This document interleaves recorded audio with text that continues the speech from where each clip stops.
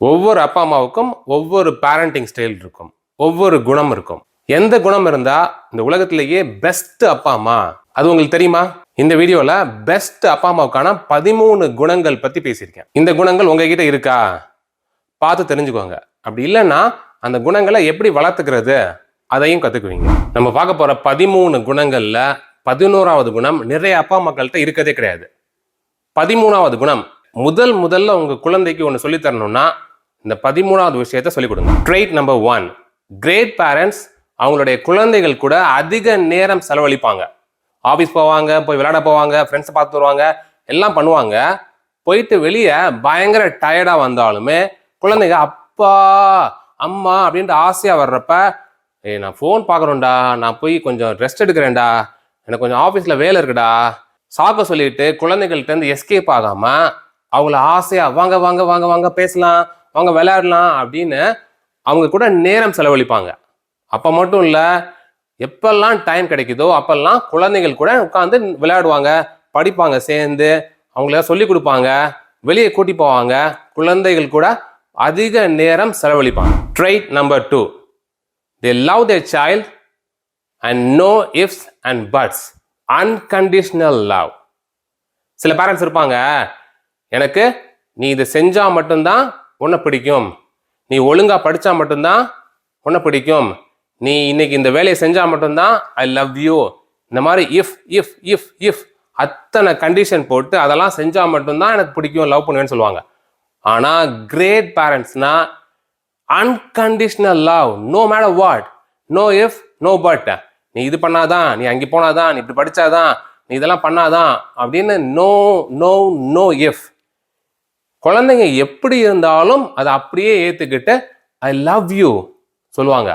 Unconditional love means great parents. Trait number 3, குழந்தைங்களை அவங்களாவே இருக்க விடுவாங்க, எல்லா முடிவுகளையும் அவங்களே எடுக்க விடுவாங்க. குழந்தைகள் இந்த உலகத்துல ஒரு அங்கம் தான், அவங்களுக்கு தேவையான முடிவுகளை அவங்களே எடுக்கிறதுக்கு உரிமைகள் இருக்கு.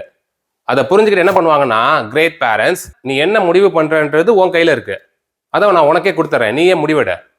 உனக்கு ஏதாவது ஹெல்ப் தேவைன்னா என்கிட்ட வந்து கேளு, ஏதாவது சஜஷன்ஸ் வேணும்னா என்கிட்ட வந்து கேளு, நான் உனக்கு கைட் பண்றதுக்கு I am always there, but the decision is yours. நீ தான் முடிவு பண்ணணும், நீ முடிவு பண்றது தான் உன்னுடைய வாழ்க்கை, அதனால ஏன் விஷயத்த நான் இதில் ஃபோர்ஸ் பண்ண மாட்டேன் அப்படின்ட்டு எந்த ஒரு முடிவாக இருந்தாலும் அவங்களுக்கே கொடுத்துருவாங்க.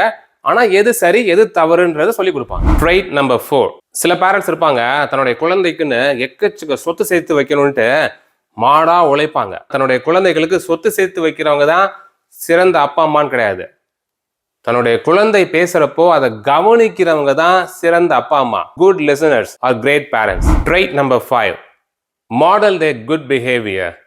தன்னுடைய குழந்தைகள் எப்படி இருக்கணும்னு ஆசைப்படுறாங்களோ அதே மாதிரி அவங்க இருப்பாங்க. எடுத்துக்காட்டுக்கு, தன்னுடைய குழந்தை சாக்லேட்டே சாப்பிடக்கூடாதுன்னு நினைச்சாங்கன்னா அவங்க சாக்லேட் சாப்பிடாம இருப்பாங்க. தன்னுடைய குழந்தை டிவியே பார்க்கக்கூடாதுன்னு நினைச்சாங்கன்னா அவங்களும் டிவியே பார்க்காம இருப்பாங்க.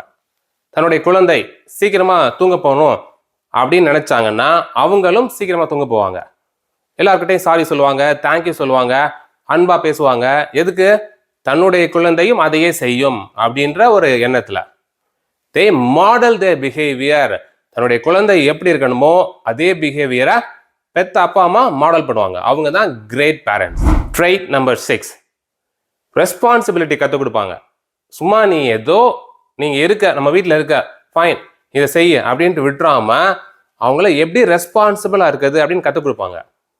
ரெஸ்பான்சிபிளா இருக்க கற்றுக் கொடுக்குறேன்ட்டு அவங்கள திட்டுறது, அடிக்கிறது, உதைக்கிறது, எரிஞ்சு விழுகிறது, டிசிப்ளின்ற பேர்ல அவங்கள போட்டு பாடா படுத்துறது அதெல்லாம் பண்ண மாட்டாங்க. ரெஸ்பான்சிபிலிட்டியை எந்த விதத்துல சரியா கற்றுக் கொடுக்கணுமோ அந்த விதத்துல சரியா கற்றுக் கொடுப்பாங்க. பீயிங் ரெஸ்பான்சிபிள் இஸ் இம்பார்ட்டன்ட், அதே சமயத்துல அதை டீச் பண்ற விதமும் இம்பார்ட்டன்ட். சரியான விதத்துல எப்படி ரெஸ்பான்சிபிளா இருக்கணும்னு ஈஸியா கற்றுக் கொடுப்பாங்க. ட்ரெய்ட் நம்பர் 7, தன்னுடைய குழந்தைய ஒரு குறுகிய வட்டத்துக்குள்ள அடைச்சிடாம அவங்களுக்கு கொஞ்சம் லிபரல் பவுண்டரி கொடுப்பாங்க. ஏன்னா குறுகிய வட்டத்தில் அடைச்சிட்டாங்கன்னா தன்னுடைய குழந்தைய ஃப்ரீயா மூவ் பண்ண விடாம நீ இதெல்லாம் செஞ்சே ஆகணும் செஞ்சே ஆகணும் செஞ்சே ஆகணும்னு அதை அடக்கி வைக்கிற மாதிரி ஆயிரும். அவங்களுக்கு ப்ரீதிங் ஸ்பேஸே கிடைக்காது. குழந்தைகளுக்கு எங்கேயும் அசைய முடியாது, ஒரே விஷயங்கள் செஞ்ச விஷயங்களே செஞ்சுட்டு இருக்கணும். ஆனா கிரேட் பேரண்ட்ஸ்னா கொஞ்சம் பவுண்டரிய பெருசா செட் பண்ணுவாங்க, லிபரல் பவுண்டரிஸ். ஓகே, நீ ஒரு வட்டத்துக்குலாம் இருக்கணும், ஆனால் அந்த வட்டம் குறுகிய வட்டம் கிடையாது, கொஞ்சம் பெரிய வட்டம். நீ இதெல்லாம் பண்ணலாம், இதை தாண்டி இங்கே வரைக்கும் போகலாம், பவுண்டரி வரைக்கும் போகலாம். எக்ஸாம்பிள், இப்போ குறுகிய வட்டம்னா நீ டிவியே பார்க்கக்கூடாது, நீ சாக்லேட்டே சாப்பிடக்கூடாது, அதுதான் குறுகிய வட்டம். ஆனால் கொஞ்சம் லிபரல் பவுண்டரினா நீ ஒரு நாளைக்கு ஒரு 1 hour டிவி பார்க்கலாம், 2 hours டிவி பார்க்கலாம். சாக்லேட் ஒரு நாளைக்கு ஒரு குட்டி சாக்லேட் சாப்பிடலாம். இந்த மாதிரி ஒரு சின்ன சின்ன பவுண்டரிஸ், கொஞ்சம் லிபரல் பவுண்டரிஸ். ட்ரைட் நம்பர் 8, தன்னுடைய குழந்தைக்கு படிப்பு மட்டுமே முக்கியம் கிடையாது, நிறைய விஷயங்கள் முக்கியன்றதை புரிஞ்சு வச்சுக்குவாங்க.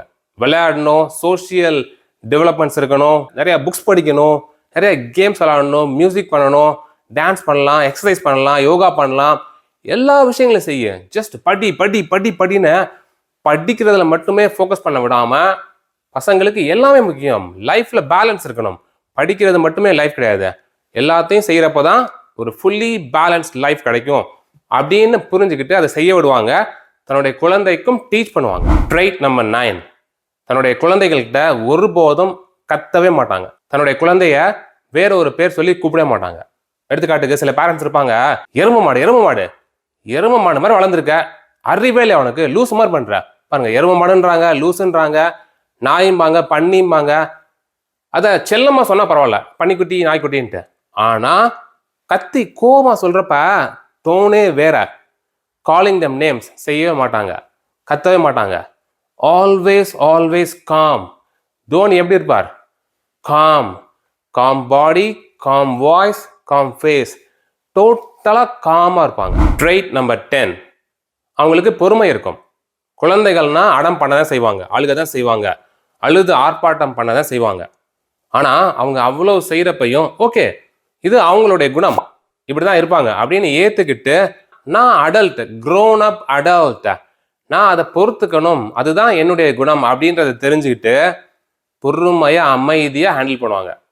குழந்தை எப்படி வேணாலும் இருக்கட்டும், நான் அமைதியா இருக்கேன், நான் அமைதியா இருந்தா என்னுடைய குழந்தையும் அமைதியா கண்டிப்பா ஆகும் அப்படின்ற நம்பிக்கையில எந்த சமயத்திலையும் தன்னுடைய குழந்தை உச்சியில போய் அவ்வளோ பயங்கரமா ஷவுட் பண்ணாலும் பொறுமையா இருப்பாங்க. ட்ரைட் நம்பர் 11, ஆப்பர்ச்சுனிட்டி வர்றப்ப அவங்கள புகழ்வாங்க.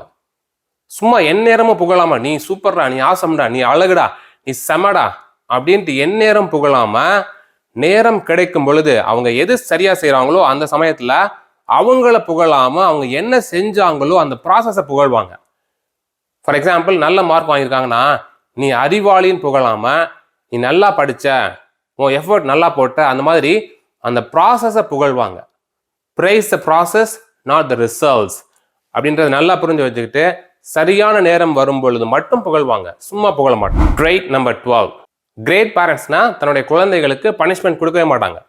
ஏன்னா பனிஷ்மெண்ட்ன்றது நெகட்டிவ் ரீஇன்ஃபோர்ஸ்மெண்ட். ஆனால் சம்டைம்ஸ் எப்பயாவது ரேரா பனிஷ்மெண்ட்டு இல்லாமல் டைம் அவுட்னு இருக்கும். அந்த டைம் அவுட்டுக்கும் வேறு சில பேர்கள் சொல்லி டைம் அவுட்னு பண்ணுவாங்க. அந்த மாதிரி பண்ணுறப்ப ஏன் அவங்களுக்கு அந்த பனிஷ்மெண்ட் கொடுக்குறோம் அப்படின்னு ரீசன் சொல்லி அதுக்கு பனிஷ்மெண்ட் கொடுப்பாங்க. ட்ரைட் நம்பர் 13, தன்னுடைய குழந்தைகளை அவங்கள நேசிக்க சொல்றதுக்கு கற்றுக் கொடுப்பாங்க. To love themselves. என்ன விதமான இம்பர்ஃபெக்ஷன் இருக்கட்டும், இருந்தாலும் நான் இப்படிதான், என்ன எனக்கு பிடிக்கும் அப்படின்ற ஹேபிட்டை வளர்த்துக்க கற்றுக் கொடுப்பாங்க. 30 நாளில் சமத்து குழந்தை. உங்க குழந்தைய வெறும் 30 நாள்ல சமத்து குழந்தைய மாத்த பக்கா டெக்னிக்ஸ் அடங்கிய பக்கா ஆன்லைன் கோர்ஸ் வீட்டில இருந்தே கத்துக்கலாம், உங்களுடைய ஃப்ரீ டைம்ல கத்துக்கலாம். இந்த ஆன்லைன் கோர்ஸ்ல ஜாயின் பண்றதுக்கு டிஸ்கிரிப்ஷன்ல உள்ள லிங்கை கிளிக் பண்ணி எங்க சப்போர்ட் டீம் கூட சேட் பண்ணுங்க.